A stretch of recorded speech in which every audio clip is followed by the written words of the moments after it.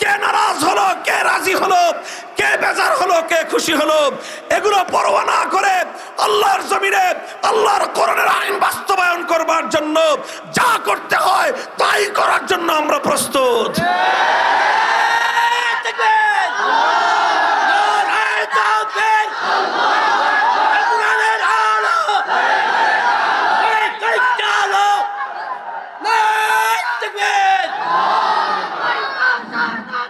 আপনারা সাথে থাকবেন তো আমাদের ইনশাআল্লাহ? আমি আপনাদেরকে বুঝাই পরিস্থিতির জটিলতাটা, ভয়াবহতা। পরিস্থিতি শুধু আমি এবং আপনি না, আমাদের গোটা দেশবাসী, যত মুসলমান আমরা এই ধরনের তাগুতি শাসনের অধীনে আমরা থাকি, আমরা ইমানের দিক থেকে একটা জটিল পরিস্থিতির সম্মুখীন আছি। এই পরিস্থিতি পরিবর্তন করে এমন একটা ব্যবস্থা আমরা করতে চাই যেন কোনো মুসলমানকে তাগুতের কাছে বিচার চাইতে না হয়, কোন ইমানদারকে যেন তাগুতের কাছে বিচার চাইতে না হয়। নির্বাচন যখন আসবে তখন তো আর কারো হুঁশ থাকবে না, তখন মার্কাটা কি মার্কাটা কি মার্কাটা কি এই সব করতে করতে সারা দেশের সব মানুষ রাজনীতির সাথে জড়ায় পড়ে। এই জন্য জড়াবেন তো, যেহেতু জড়াবেনই, বুঝে নেন ভালো করে যে কতটুকু জড়ানো যাবে, কতটুকু জড়ানো যাবে না। ইমানের জায়গাটা যেন পরিষ্কার থাকে, এই জন্য এই বিষয়গুলো আমি একটু আলোচনা করি। আমার উদ্দেশ্য হলো আমার সরল প্রাণ ইমানদার মুসলমান ভাইদের ইমানের বিষয়ে সতর্ক করা, সোচ্চার করা। এই জন্য বলতেছিলাম, কোরআনে কারীমের মধ্যে যেই তাগুত শব্দটা প্রয়োগ হয়েছে, এই তাগুত শব্দের বিশ্লেষণ, এর পরিচয়, এর ডেফিনেশনটা হলো যে আল্লাহর স্থানে যদি কোনো গায়রুল্লাহকে বসানো হয়, আল্লাহর জায়গায় যদি অন্য কাউকে বসানো হয়, তাকেই বলা হয় তাগুত। কথাটা বোঝা গেল? আমি আরো স্পষ্টভাবে একটা দৃষ্টান্তের মাধ্যমে বোঝাচ্ছি। যেমন ধরেন, ইবাদতের এই মহাবিশ্বের মধ্যে, আসমান এবং জমিনের মধ্যে ইবাদতের উপযুক্ত একমাত্র কে? ইবাদতের উপযুক্ত একমাত্র। এখন ইবাদতের উপযুক্ত যেহেতু একমাত্র আল্লাহ, সুতরাং মাবুদ হলেন একমাত্র কে? আল্লাহ। এখন কেউ যদি আল্লাহকে বাদ দিয়ে আল্লাহর পরিবর্তে অন্য কাউকে মাবুদ বানায়, অন্য কাউকে যদি মাবুদ বানায়, অন্য কারো ইবাদত করে, অন্য কারো পূজা করে, তাহলে সে যার ইবাদত করলো তাকে সে মাবুদ বানালো, অথচ মাবুদ একমাত্র কে? তাহলে যার ইবাদত করা হলো তাকে আল্লাহর জায়গায় বসানো হলো। কথা বলেন? তাহলে ইবাদতের মালিক, ইবাদতের উপযুক্ত যেহেতু একমাত্র আল্লাহ, এখন আল্লাহকে বাদ দিয়ে অন্য কাউকে মাবুদের জায়গায় বসানো হলে সেই হবে তাগুত। যেমন সে যুগে মানুষ আল্লাহকে বাদ দিয়ে পূজা করত লাত, মানাত, উজ্জা, হুবাল, এই সকল দেবতার। তাহলে এই লাত, মানাত, উজ্জা, হুবাল যেগুলোর কথা কোরআনে কারীমের মধ্যে উল্লেখ হয়েছে, এগুলো আল্লাহর পরিবর্তে এগুলোর ইবাদত করার কারণে আল্লাহকে বাদ দিয়ে এই সকল দেবদেবতাকে মাবুদ বানানোর কারণে এই সকল দেবদেবতা ছিল তাগুত। আজকের যুগে মানুষ লাত, মানাত, উজ্জা, হুবালের পূজা করে না। আজকের যুগে মানুষ পূজা করে দুর্গার, কেউ পূজা করে সরস্বতীর, কেউ পূজা করে কালীর। তাহলে অথচ ইবাদতের উপযুক্ত একমাত্র কে? আল্লাহকে বাদ দিয়ে যখন কেউ দুর্গার পূজা করলো, তখন দুর্গা হলো তাগুত। আল্লাহকে বাদ দিয়ে যখন কেউ সরস্বতী অথবা কালী মূর্তির পূজা করলো, তখন সেগুলো হলো তাগুত। আপনারা কি বুঝতে পেরেছেন আমার কথা? আচ্ছা, এটা হলো তাগুত, যে আল্লাহর জায়গায় যাকে বসানো হলো সেটাই হলো তাগুত। আল্লাহর সবচেয়ে বড় বৈশিষ্ট্য হলো তাওহীদ। তাওহীদ মানে একত্ববাদ। আল্লাহ এক এবং অদ্বিতীয়, আল্লাহর কোনো শরীক। এই যে ইবাদতের মধ্যে আল্লাহর কোনো শরীক আছে? ইবাদতের মধ্যে আল্লাহর কোনো শরীক আছে? ইবাদত একমাত্র কার হবে? এটাকেই বলা হয় তাওহীদ, এটাকে বলা হয় একত্ববাদ। এই তাওহীদটা হলো তাওহীদ ফিল ইবাদাহ। ইবাদতের মধ্যে আল্লাহর একত্ববাদ, ইবাদতের মধ্যে আল্লাহর একত্ববাদ। তো ইবাদতের মধ্যে আল্লাহর সঙ্গে অন্য কাউকে শরীক করা যাবে না। যদি ইবাদতের মধ্যে আল্লাহর সঙ্গে অন্য কাউকে শরীক করা হয়, যাকেই শরীক করা হবে তার পরিচয় হবে সেই তাগুত। মুহতারাম হাজিরিন, এটা হলো ইবাদতের ক্ষেত্রে কথা। আমার আল্লাহ পাক রব্বুল আলামিনের যেরকম ইবাদতের মধ্যে আল্লাহ এক এবং অদ্বিতীয়, ঠিক এরকম আমার আল্লাহ পাক রব্বুল আলামিনের তাওহীদ এবং আল্লাহ পাকের একত্ববাদের আরো কিছু ক্ষেত্র রয়েছে। তার মধ্যে আরেকটা ক্ষেত্র হলো তাওহীদ ফিল হাকিমিয়াহ। এটাকে বলা হয় তাওহীদ ফিল হাকিমিয়াহ। হাকিমিয়াহ মানে হলো আসমান এবং জমিন সহ কুল কায়নাতের মধ্যে, সমস্ত মাখলুকাতের মধ্যে আইন তৈরি করবার, বিধান তৈরি করবার একমাত্র অধিকার কার? ইবাদতের মালিক একমাত্র যেমন কে? ওটাকে বলা হয় তাওহীদ ফিল ইবাদাহ, ইবাদতের তাওহীদ।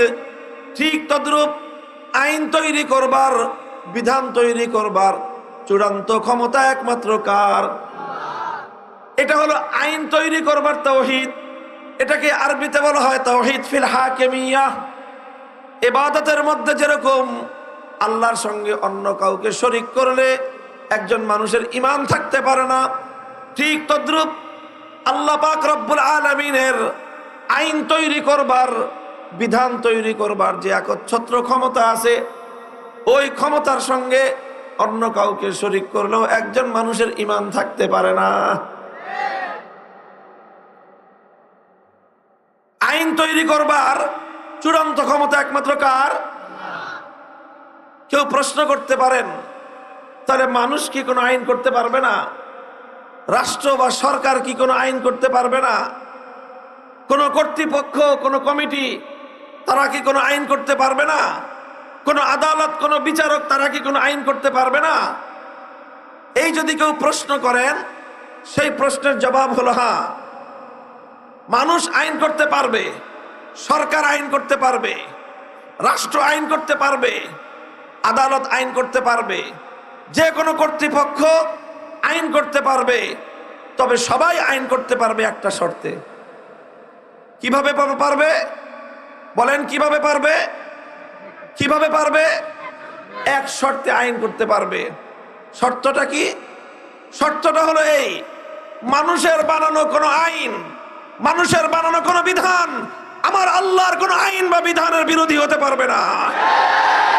যে কোনো সরকার আইন করতে পারবে, তবে এমন আইন করতে পারবে না যে আইন আল্লাহর আইনের বিরুদ্ধে যায়।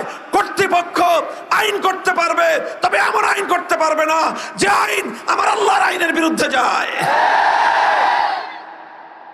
আল্লাহর আইনের বিরুদ্ধে যদি কেউ আইন তৈরি করে, তাহলে যেই আল্লাহর আইনের বিরুদ্ধে আইন করবে, সে আল্লাহর আসন নিয়ে টানাটানি করলো, সে আল্লাহর বিরুদ্ধে চ্যালেঞ্জ ছুড়ে দিল, তাকেই বলা হবে তাগুত। যেরকম আল্লাহর জায়গায় অন্য কারো ইবাদত করা হলে সে যেরকম তাগুত, আল্লাহর আইনের বিরুদ্ধে কেউ আইন করলে সেও একই রকম তাগুত। আল্লাহর আইনের বিরুদ্ধে যদি কোনো রাজা বাদশাহ আইন করে, সেই রাজা বাদশাকে বলা হবে তাগুত। আল্লাহর আইনের বিরুদ্ধে যদি কোনো রাষ্ট্রপতি আইন জারি করে, সেই রাষ্ট্রপতিকে বলা হবে তাগুত। আল্লাহর আইনের বিরুদ্ধে যদি কোনো প্রধানমন্ত্রী আইন জারি করে, সেই প্রধানমন্ত্রীকে বলা হবে তাগুত। আল্লাহর আইনের বিরুদ্ধে যদি কোনো বিচারপতি আইন জারি করে, সেই বিচারপতিকে বলা হবে তাগুত। আল্লাহর আইনের বিরুদ্ধে যদি কোনো আইন পরিষদ, কোনো সংসদ যদি কোনো আইন পাশ করে, সেই গোটা সংসদকেই বলা হবে তাগুত। মুহতারাম হাজিরিন, এটা একটা পরিষ্কার কথা। এই কথাগুলো বলতে গেলে এই তো যখন যারা আল্লাহর আইনের বিরুদ্ধে আইন করতে চায় বা আইন করে, এদের আতে গা লাগবে, এদের স্বার্থে আঘাত লাগবে। আর তখন তখনই এরা বলবে যে হুজুর রাজনীতির পেছাল বন্ধ করেন। অথচ এটা রাজনীতির পেছাল নয়, এটা ইমানের কথা। এ কথা যদি রক্ষা করা না যায়, ইমান রক্ষা করা যাবে না। এভাবেই আমার সরল প্রাণ বাংলার হাজার হাজার নয়, লক্ষ লক্ষ নয়, কোটি কোটি ইমানদারের ইমান হরণ করে চলছে এই তাগুতের দোসরেরা। মুহতারাম হাজিরিন, কথাটা পরিষ্কার যে আল্লাহর আইনের বিরুদ্ধে আইন করবার অধিকার দুনিয়ার কোন শক্তির নাই। শুধু রাষ্ট্র নয়, শুধু সরকার নয়, শুধু মন্ত্রী পরিষদ নয়, শুধু সংসদ নয়, সারা দুনিয়ার 700 কোটি মানুষ যদি মিলে কোন একটা বিধান তৈরি করে, কোন একটা আইন তৈরি করে, আর সেই আইন যদি আমার আল্লাহর কোন একটা আইনের 1/1 বিরোধী হয়, সে আইন বাতিল বলে গণ্য হবে। আসমান এবং জমিনের মধ্যখানে আইন তৈরি করবার, বিধান তৈরি করবার চূড়ান্ত ক্ষমতা একমাত্র কার? মুহতারাম হাজিরিন, এটা হলো ঈমানের একটা গুরুত্বপূর্ণ জায়গা। কোরআনে কারীমের অসংখ্য আয়াতের মধ্যে আল্লাহ পাক রব্বুল আলামিন আইন এবং বিধান তৈরি করবার ক্ষেত্রে আমার আল্লাহ পাক রব্বুল আলামিনের নিরঙ্কুশ এই ক্ষমতার কথা বলা হয়েছে। মুহতারাম হাজিরিন, আমি আপনাদেরকে জিজ্ঞাসা করি, আচ্ছা বলেন তো, একজন মানুষ যদি 24 ঘন্টার মধ্যে 23 ঘন্টা 55 মিনিট শুধু এক আল্লাহর ইবাদত করে, শুধু 5টা মিনিটের জন্য দুর্গার পূজা করে, বলেন লোকটা ইমানদার না বেঈমান? অথচ সে আল্লাহর ইবাদত করছে 23 ঘন্টা 55 মিনিট। 23 ঘন্টা 55 মিনিট আল্লাহর ইবাদত করেও একজন মানুষ ইমানদার থাকতে পারলো না, কারণ সে 5 মিনিটের জন্য শিরক করেছে। কথা বলেন ঠিক কিনা? আচ্ছা 5 মিনিট না, 1 মিনিটের জন্য যদি করে, 1 মিনিট না, যদি 1 সেকেন্ডের জন্য প্রতিদিন কেউ দুর্গার পূজা করে অথবা কোনো গায়রুল্লাহর পূজা করে, কোন দেবতার পূজা করে, ঈমান থাকতে পারে?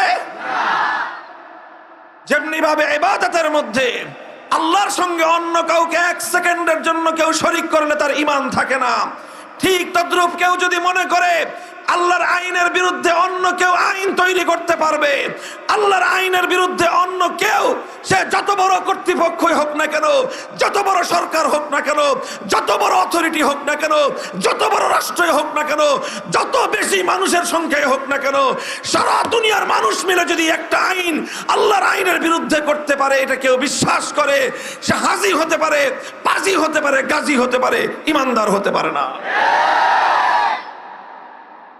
মুহতারাম হাজিরিন, কাজেই ইবাদতের দ্বারা আলহামদুলিল্লাহ আমাদের দেশের মানুষের মধ্যে ইবাদতের শিরক নাই, ইবাদতের শিরক নাই। আপনি এমন একটা মানুষ মুসলমানদের মধ্যে খুঁজে পাবেন না যে 2-4 মিনিটের জন্য দুর্গার পূজা করে, পাবেন? পাবেন? আরে দুর্গা তো পরের কথা, হিন্দুদের দেবতা তো পরের কথা, মুসলমানদের মধ্যে এমন মুসলমানই খুঁজে পাওয়া কঠিন যে মুসলমানদের মধ্যে কোনো পীর বুজুর্গের পূজা করে, এমন লোক মুসলমানদের মধ্যে নাই। আরে পূজা করবে তো দূরের কথা, মাজারে সেজদা করলেই তো মায়ের একটা মাটিতে পড়ে না। বড় বড় ওলিয়া উলিয়াদের মাজারে গিয়ে সেজদা করলে মুসলমানরা ছেড়ে দেয়, মায়ের একটাও তো মাটিতে পড়ে না। যারা সুন্নি বা যাদেরকে বেদাতি বলা হয়, তারাও তো বলে যে না আমরা মাজার পূজা করি না, বলে কি বলে না? সুতরাং মুসলমানদের মধ্যে কেন মাজার পূজারি নাই? হ্যাঁ, কিছু বেদাত আছে, ইত্যাদি আছে, কিন্তু মুসলমানরা জানে ইবাদতের মালিক একমাত্র কে, ইবাদতের হকদার একমাত্র কে, আসমান এবং জমিনের মধ্যে মাবুদ একমাত্র কে। এই জন্য আল্লাহ ছাড়া কোনো গায়রুল্লাহর ইবাদত কোনো মুসলমান করে না, কোন মুসলমান সহ্যও করে না, কোন মূর্তির পূজা কেউ করে না, কোন অগ্নির পূজা কেউ করে না, কোন সূর্যের পূজা কেউ করে না। যে সমস্ত জিনিসের পূজা অন্যান্য ধর্মাবলম্বীরা করে, মুসলমানরা জানে ইবাদত একমাত্র আল্লাহর। সুতরাং আল্লাহকে বাদ দিয়ে অন্য কোন মাখলুকের এক মুহূর্তের জন্য ইবাদত করলে ঈমান থাকে না। কিন্তু বড় আফসোসের বিষয়, যেই মানুষগুলো 24 ঘন্টার মধ্যে 1 সেকেন্ডের জন্য আল্লাহ ছাড়া অন্য কারো পূজা করতে প্রস্তুত না, সেই ধরনের অসংখ্য মানুষ আইন তৈরি করবার ক্ষেত্রে আমার আল্লাহর অধিকার কেড়ে নিয়ে বিভিন্ন কর্তৃপক্ষকে সেই অধিকার দিয়ে রেখেছে, অথচ নিজেদেরকে আবার ইমানদার বলেও পরিচয় দেয়। তাদের অবস্থাটাই আল্লাহ পাক কোরআনে পাকের মধ্যে তুলে ধরেছেন। ইয়াজউমুনা আন্নাহুম আমানু, তারা দাবি করে যে তারা ঈমানদার। আল্লাহর কোরআনের ভাষ্য হলো তারা দাবি করে তারা ঈমানদার, অথচ তারা তাগুতের কাছে বিচার চায়, তারা তাগুতের কাছে ফয়সালা জানতে চায়। কোরআনে কারীমের এই আয়াত দ্ব্যর্থহীনভাবে কথা প্রমাণ করতেছে যে যারা তাগুতের কাছে, অর্থাৎ আল্লাহ ছাড়া অন্য কোনো আইনের কাছে, অন্য কারো আইনের কাছে যারা বিচার চায়, ফয়সালা জানতে চায়, সিদ্ধান্ত জানতে চায়, তারা ইমানদার বলে দাবি করলেও আল্লাহর কোরআনের ভাষায় আমার আল্লাহর নিকট তারা কোশ্চিন কালেও ইমানদার হতে পারে না। মুহতারাম হাজিরিন, কথা দীর্ঘ বলবার সুযোগ নাই। মুসলমানদের মধ্যে অভিশাপ ছিল না। মুসলিম জাতি যারা আল্লাহর একত্ববাদে বিশ্বাসী, যারা তাওহীদে বিশ্বাসী, তারা কোনোদিন এটা কল্পনা করতে পারতো না যে আল্লাহর আইনের বিরুদ্ধে কোনো মানুষ আইন করতে পারে। এই ধরনের কল্পনা মুসলমানদের মধ্যে ছিল না। মুসলমানরা চিন্তাই করতে পারতো না যে মানুষ হয়ে আল্লাহর আসমানের নিচে, আল্লাহর জমিনের উপর বিচরণ করে, আল্লাহর বাতাস থেকে অক্সিজেন গ্রহণ করে, আল্লাহর পানি দিয়ে তৃষ্ণা নিবারণ করে, আল্লাহর নেয়ামতের মধ্যে ডুবন্ত থেকে কোনো মানুষ আল্লাহর আইনের বিরুদ্ধে আইন করতে পারে, এটা মুসলমানরা কল্পনা করতে পারতো না। এইভাবে 600 বছর পর্যন্ত মুসলমানদের মধ্যে কশ্চিনকালেও এমন কোনো অভিশপ্ত ধারা দেখা যায় নাই যে কোনো ব্যক্তি আল্লাহর আইনের বিরুদ্ধে কোনো আইন করেছে। আমি আপনাদের সম্মুখে পবিত্র কোরআনে কারীমের সূরাতুন নিসার 60 নম্বর আয়াত খানা তেলাওয়াত করেছি। উল্লেখিত আয়াতের মধ্যে আল্লাহ পাক রব্বুল আলামিন এক শ্রেণীর মানুষের উপর বড় আশ্চর্য নিয়ে, বড় ক্ষোভ নিয়ে আল্লাহ প্রশ্ন রেখেছেন। আল্লাহ বলেন যে তুমি কি লক্ষ্য করেছো ওই সকল লোকদের প্রতি যারা দাবি করে নিজেদেরকে ঈমানদার বলে, আল্লাযীনা ইয়াজউমুনা আন্নাহুম আমানু বিমা উনজিলা ইলাইকা ওয়া মা উনজিলা মিন ক্বাবলিক, যারা দাবি করে যে তারা ঈমানদার, অথচ ইউরিদুনা আন ইয়াতাহাকামু ইলা তাগুত, অথচ তারা তাদের এই দাবির সম্পূর্ণ বিপরীত। তারা চায় তাগুতের কাছে বিচার চাইতে, তাগুতের কাছে সিদ্ধান্ত চাইতে চায়। অর্থাৎ পবিত্র কোরআনে কারীমের এই আয়াত স্পষ্ট ভাষায় দ্ব্যর্থহীনভাবে একথা প্রমাণ করছে যে যারা আল্লাহ পাক রব্বুল আলামিনের উপর বিশ্বাসী হতে হয়, আল্লাহর উপর যাদের ঈমান আছে, তারা কশ্চিনকালেও তাগুতের কাছে সিদ্ধান্ত জানতে চাইতে পারে না। আর যারা তাগুতের কাছে সিদ্ধান্ত চাইবে তারা আর কিছু হলেও ঈমানদার হতে পারে না। আল্লাহর উপর ঈমান এবং তাগুতের উপর বিশ্বাস, এই দুটো কশ্চিনকালেও একসাথে হতে পারে না। সূরাতুল বাকারার মধ্যে আল্লাহ পাক রব্বুল আলামিন আরো স্পষ্ট ভাষায় বলেছেন, قد تبين الرشد من الغي فمن يكفر بالطاغوت ويؤمن بالله فقد استمسك بالعروة الوثقى لا انفصام لها। আল্লাহ বলেন যে সঠিক পথ এবং ভুল পথ উভয়টা দিবালোকের ন্যায় পরিষ্কার। যে ব্যক্তি তাগুতকে অস্বীকার করে আল্লাহর উপর ঈমান আনবে, সেই ব্যক্তি একমাত্র সঠিক পথটাকে শক্তিশালীভাবে ধরতে পারবে। অর্থাৎ শুধুমাত্র আল্লাহর উপর ঈমান আনাই যথেষ্ট নয়, বরং সেই সঙ্গে তাগুতকে অস্বীকার করতে হবে। অন্যত্র আল্লাহ পাক রব্বুল আলামিন কোরআনে পাকের মধ্যে বলেছেন, আল্লাযীনা আমানু ইউকাতিলুনা ফী সাবিলিল্লাহ ওয়াল্লাযীনা কাফারু ইউকাতিলুনা ফী সাবিলিত তাগুত। আল্লাহ বলেন যারা ঈমানদার তারা আল্লাহর পথে লড়াই করে, যারা বেঈমান তারা তাগুতের পথে লড়াই করে। একটা কথাই প্রত্যেকটা আয়াতের মধ্যে ঘুরে ফিরে আসতেছে, সেটা হলো যে যারা তাগুতের অনুসারী, যারা তাগুতকে বিশ্বাস করে, যারা তাগুতকে অনুসরণ করে, যারা তাগুতের পথে লড়াই করে, এই সবগুলো বৈশিষ্ট্য হলো বেঈমানদের বৈশিষ্ট্য, কাফেরদের বৈশিষ্ট্য। মুহতারাম হাজরিন, প্রশ্ন করতে পারেন যে তাগুতটা কি জিনিস? এটা একটু বোঝা দরকার, যেহেতু পবিত্র কোরআনে কারীমের মধ্যে আল্লাহ পাক রব্বুল আলামিন বারবার এই শব্দটাকে প্রয়োগ করেছেন। যেহেতু কোরআনে কারীমের মধ্যে একটি বিষয় বারবার এসেছে, এই জন্য যারা পবিত্র কোরআনে কারীমের ব্যাখ্যা করেছেন, তাফসীর করেছেন, তারা সকলেই এই তাগুতের ব্যাখ্যা করেছেন, সংজ্ঞা দিয়েছেন, তার পরিচয় তুলে ধরেছেন।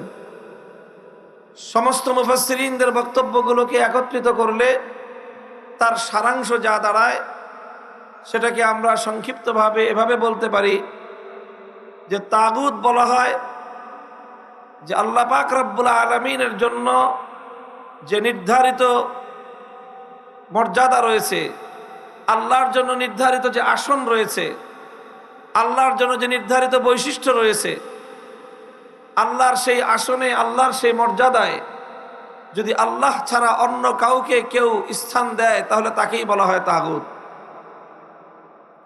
অর্থাৎ আরো সহজ ভাষায় বলতে গেলে, আল্লাহর জায়গায় যদি অন্য কাউকে বসানো হয়, তাকেই বলা হয় তাগুত। আপনারা কথা বুঝতেছেন? আমার কথা বুঝলে একটু রিপ্লাই করবেন, প্রতি উত্তর দিবেন, তাহলে বুঝতে পারবো যে আপনারা আমার কথা বুঝতেছেন। এটা ঈমানের খুব গুরুত্বপূর্ণ একটা বিষয়।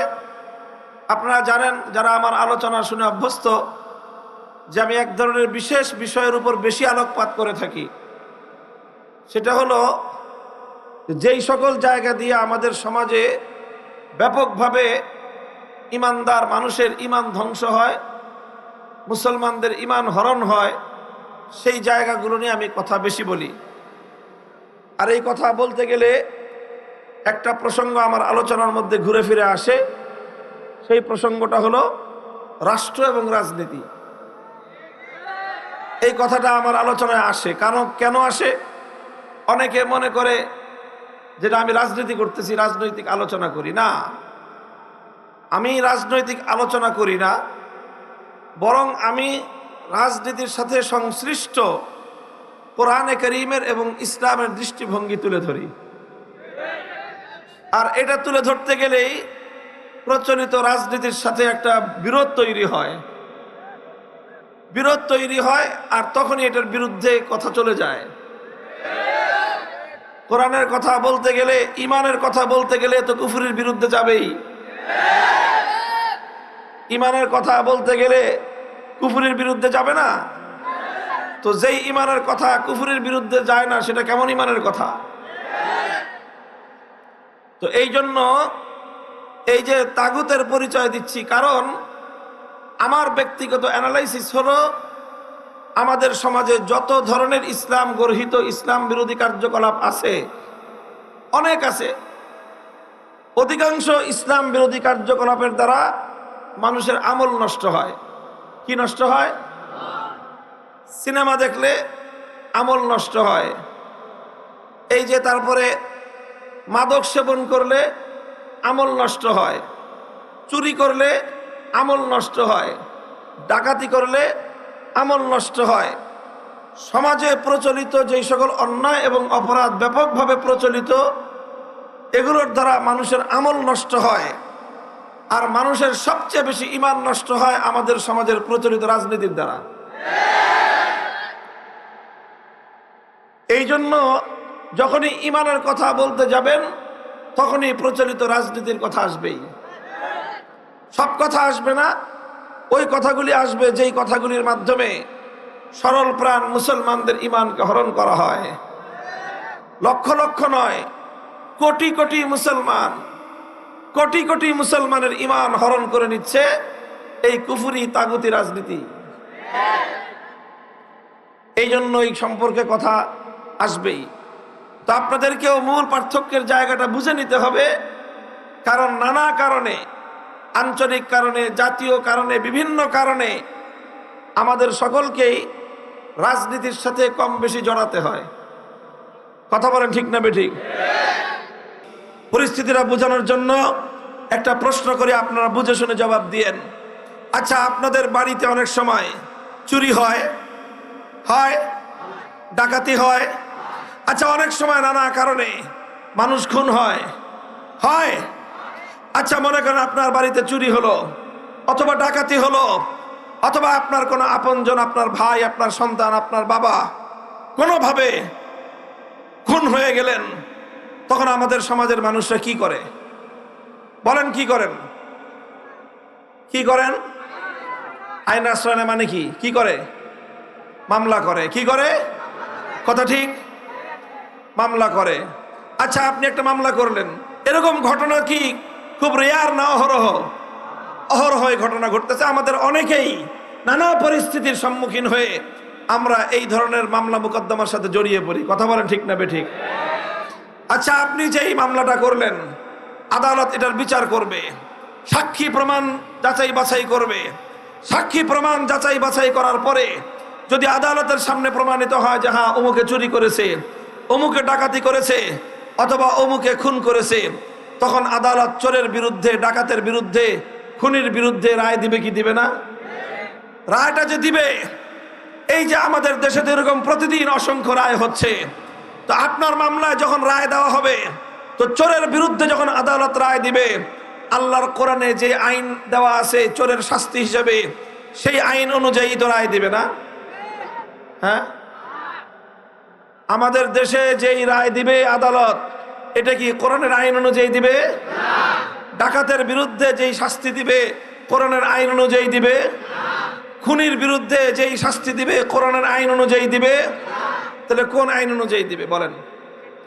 কোন আইন? মানুষের বানানো আইন, এবং সেটা সাধারণ কোনো মানুষ না, ব্রিটিশের বানানো আইন। আমাদের ঢাকায় ব্রিটিশ কারা কয় জানেন? সমাজের সবচেয়ে বড় বাটপার যে লোকটা, অর্থাৎ ধোঁকাবাজিতে তার সাথে কেউ পারে না, চিটারিতে তার সাথে কেউ পারে না, শেষ পর্যন্ত বলে শালা একটা ব্রিটিশ। বলে কিনা আপনাদের এলাকায় আছে এই পরিভাষা? তার মানে এটা কি? ব্রিটিশ মানেই হলো সবচেয়ে কঠিন বাটপার আর চিটার। এই ছলে বলে কৌশলে মানুষের সঙ্গে ধোঁকাবাজি করতে করতে ব্রিটিশরা আমাদের সঙ্গে 190 বছর পর্যন্ত এই ধোঁকাবাজি করছে। এই জন্য আমাদের দেশের মানুষ সবচেয়ে বড় ধোঁকাবাজ আর বাটপারকে বলে সেই ব্রিটিশের বানানো আইনের দ্বারা বিচার করবে। এবার আপনি বলেন, ব্রিটিশ যে আইনটা করলো সেটা আমার আল্লাহর আইনের সপক্ষে না বিরুদ্ধে? তো আল্লাহর আইনের বিরুদ্ধে যারা আইন করে তাদেরকে কি বলা হয়? তাদেরকে বলা হয় তাগুত। আর কোরআন বলেছে যারা তাগুতের কাছে বিচার চাইতে যায় তারা সব বেঈমান।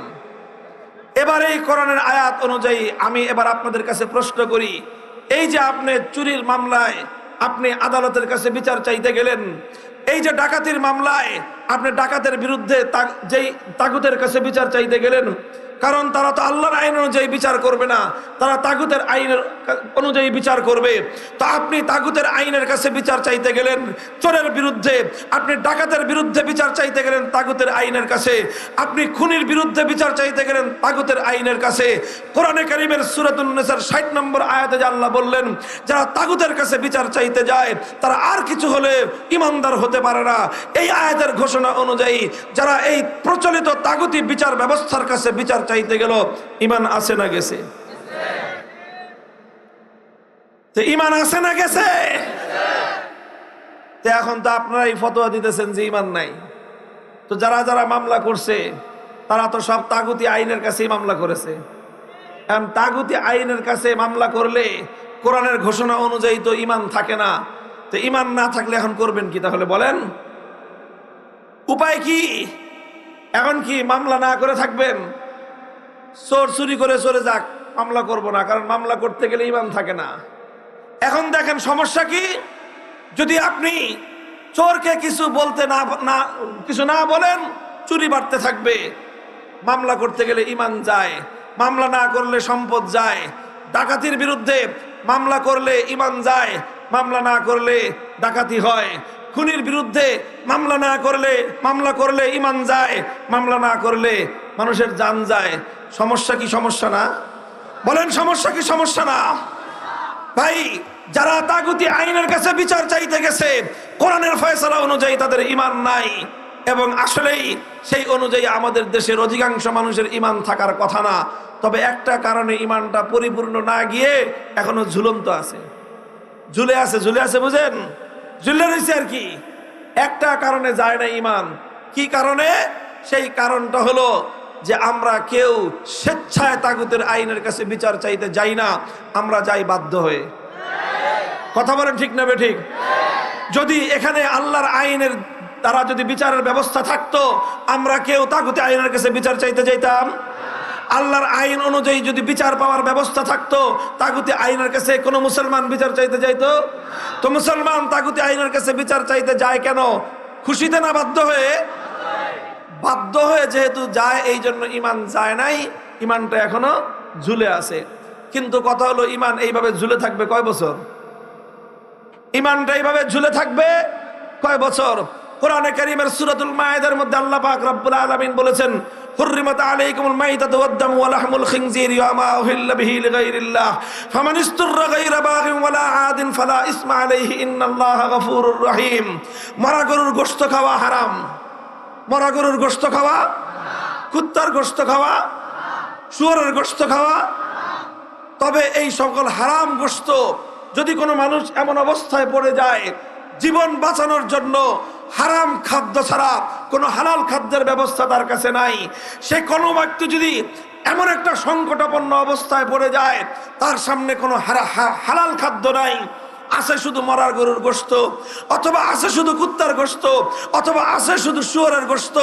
এখন এমন যদি কারো অবস্থা হয়ে যায়, এই গোশত না খেলে তার জীবন রক্ষা করা যাবে না, সেই অবস্থায় জীবন রক্ষা করার জন্য হারাম খাদ্য খাওয়া জায়েজ। কথা বলেন ঠিক না বেঠিক?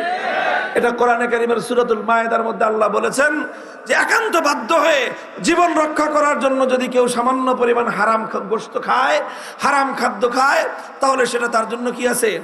বৈধ আছে। কিন্তু এই যে জীবন রক্ষা করার জন্য যে কুত্তার গোশত খাবে, এই যে জীবন রক্ষা করার জন্য যে একজন শুয়োরের গোশত খাবে, মরা গরুর গোশত খাবে, এ কয়দিন খাবে? বলেন তো, কয়দিন খাওয়া জায়েজ? যতটুকু না খাইলে জীবন রক্ষা পায় না, ততটুকু পর্যন্ত খাওয়া তার জন্য জায়েজ। আর এর পরের সময়ের জন্য হালাল খাদ্য অন্বেষণ করা তার জন্য ফরজ। তুমি মরা গরুর গোশত খাইছো, খাইতেই থাকবা, খাইতেই থাকবা, খাইতেই থাকবা। কুত্তার গোশত খায়া জীবন বাঁচাইছো, কুত্তার গোশত খাইতেই থাকবা। শুয়োরের গোশত খেয়ে একবার জীবন বাঁচাইছো, শুয়োরের গোশত এখন বছরের পর বছর খাইতেই থাকবা। এইভাবে বছরের পর বছর হারাম খাদ্য খাওয়া আমার আল্লাহ বৈধ করেন নাই, বরং হালাল খাদ্য সন্ধান করা, হালাল খাদ্য অন্বেষণ করাকে আল্লাহ পাক ফরজ করে দিয়েছেন। হালাল খাদ্যের যদি কোনোভাবে ব্যবস্থা না করা যায়, সেই ক্ষেত্রে সামান্য পরিমাণ হারাম খাদ্য গ্রহণ করার বৈধতা আল্লাহ দিয়েছেন। আচ্ছা, আমি আপনাদেরকে বলি, শুয়োরের গোশত খাওয়া, এটা খাইলে আমল নষ্ট হয়। কি হয়? হারাম খাবার খাইলে আমল নষ্ট হয়। কুত্তার গোশত খাইলে আমল নষ্ট হয়। মরা গরুর গোশত খাইলে আমল নষ্ট হয়। তাগুতের কাছে বিচার চাইলে ঈমান নষ্ট হয়। বুঝেন না এই কথা? তাহলে কুত্তার গোশত খাওয়া বড় অপরাধ না তাগুতের কাছে বিচার চাওয়া বড় অপরাধ? শুয়োরের গোশত খাওয়া জঘন্য অপরাধ, জঘন্য গুনাহ না তাগুতের কাছে বিচার চাওয়া জঘন্য গুনাহ? তাগুতের কাছে বিচার চাওয়া 1000 বার শুয়োরের গোশত খাওয়ার চেয়ে জঘন্য গুনাহ। সেই শুয়োরের গোশত যদি কেউ জীবনে বাধ্য হয়ে খান, তাও তো কেউ একবারের বেশি 2 বার কেউ খাইতে রাজি না। কথা বলেন ঠিক না বেঠিক? অথচ আমরা তো বলি যে বাধ্য হয়ে তাগুতের বিচারের কাছে যাই, তাগুতের কাছে বিচার চাইতে যাই বাধ্য হয়ে। আজ বাধ্য হয়ে কত বছর চাইতে যাচ্ছি?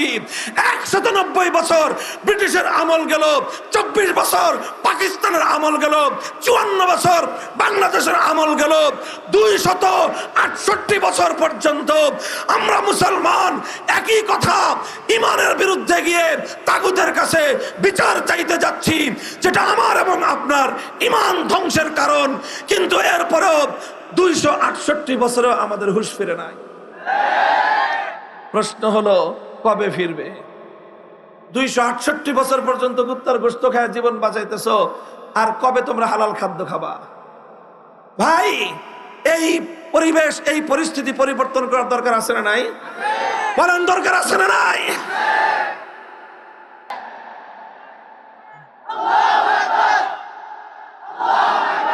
মুহতারাম হাজিরিন, এটা তো 15 বছরের জগদ্দল পাথর ছিল, আর তাগুতি শাসন 268 বছর। কত বছর?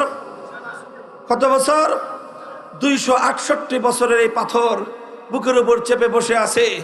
এটাই ফ্যাসিবাদী স্বৈরাচারীর চেয়ে আরো অনেক বড় বোঝা, অনেক বড় অন্যায়, অনেক বড় জুলুম। এটা কুফর, এটা তাগুতি শাসন ব্যবস্থা। কোন মুসলমান এক মুহূর্তের জন্য হাসি মুখে এই তাগুতি ব্যবস্থাকে মেনে নিতে পারে না। কাজে আসুন, আমি আপনাদেরকে আহ্বান জানাই, আপনারা প্রস্তুত হন। ইনশাআল্লাহ সারা পৃথিবীর রং পরিবর্তন হওয়া শুরু হয়েছে। বাংলার মানুষও সোচ্চার এবং সচেতন হয়ে উঠতেছে। আমরা সকলে মিলে যদি চেষ্টা করি, ইনশাআল্লাহ আগামীর বাংলাদেশ হবে ইসলামের বাংলাদেশ।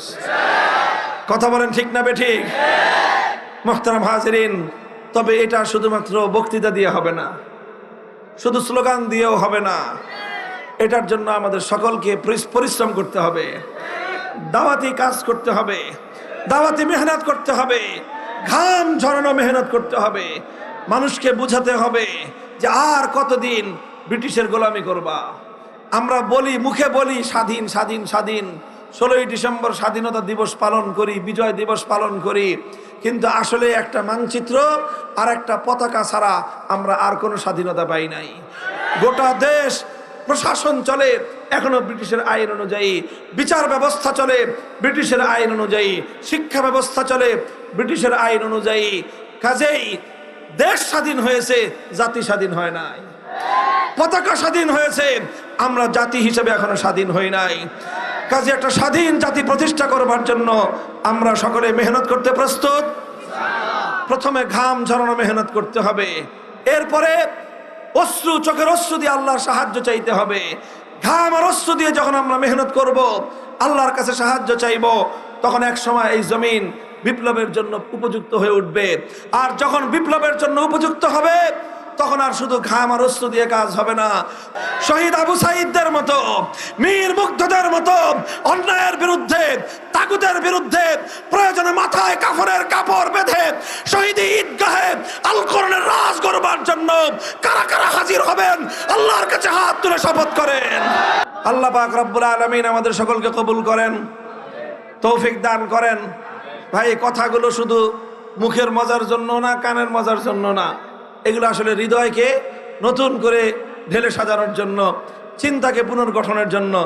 ইনশাআল্লাহ কাজ করবেন তো? আপনারা যে শপথ করলেন, এই শপথ কার সাথে? আল্লাহ শুনছেন, এটা দেখছেন আল্লাহ। ইনশাআল্লাহ সবাই যার যার হিসাব আল্লাহর কাছে দিতে হবে। আমরা আমাদের জীবনে একটু পরিবর্তন আনি, আল্লাহ পাক রব্বুল আলামিন আমাদের অবস্থা, আমাদের দেশ, আমাদের হালাতকে পরিবর্তন করে দিবেন।